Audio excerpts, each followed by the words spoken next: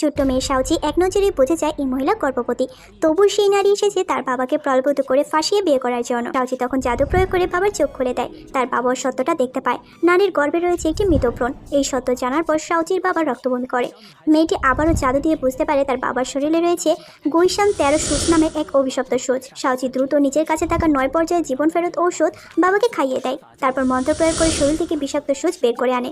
মুহূর্তের মধ্যে বহু বছর ধরে পঙ্গু হয়ে থাকা বাবা সম্পূর্ণ সুস্থ হয়ে ওঠে। তখনই বাবা বুঝতে পারে এত বছর ধরে হারিয়ে যাওয়া এই কন্যা মোটেও কেউ সাধারণ কেউ নয়। ছোটবেলা থেকে সাউচি সোনহিয়ান মাঠে বড় হয়েছে। গুরুদেবের কাছ থেকে অসাধারণ বিদ্যাও শিখেছে। গুরুদেব এখন তার বাবা মায়ের ছবি তার হাতে তুলে দেয়, সে যেন তাদেরকে খুঁজে বের করে। কিন্তু তার একটি ভিন্ন ক্ষমতা ছিল, যা কিছুই বলতো তাই সত্যি হয়ে যেত। এই কারণে গ্রামের মানুষ তাকে ভয় পেত। কেউ সামনে এলেই পালিয়ে যাওয়ার চেষ্টা করত, কারণ সাউচি যা বলতো তাই তার উপর অভিশাপ হয়ে বর্ষিত হতো। সাউচি তার বাবা শহরে আসলেই দেখতে পায় কিছু গুন্ডা একজনকে কিডন্যাপ করছে।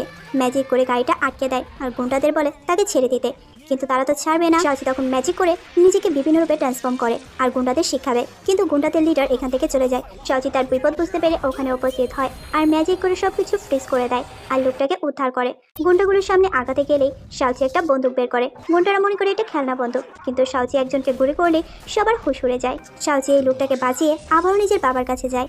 দেখা যায় তার বাবার সাথে থাকা ওই মহিলাটি গুন্ডাটির সাথে এসে ষড়যন্ত্র করে সাউচিকে মারার। সাউচি বিপদ বুঝতে পেরে তৎক্ষণাৎ আবার ওখানে চলে আসে।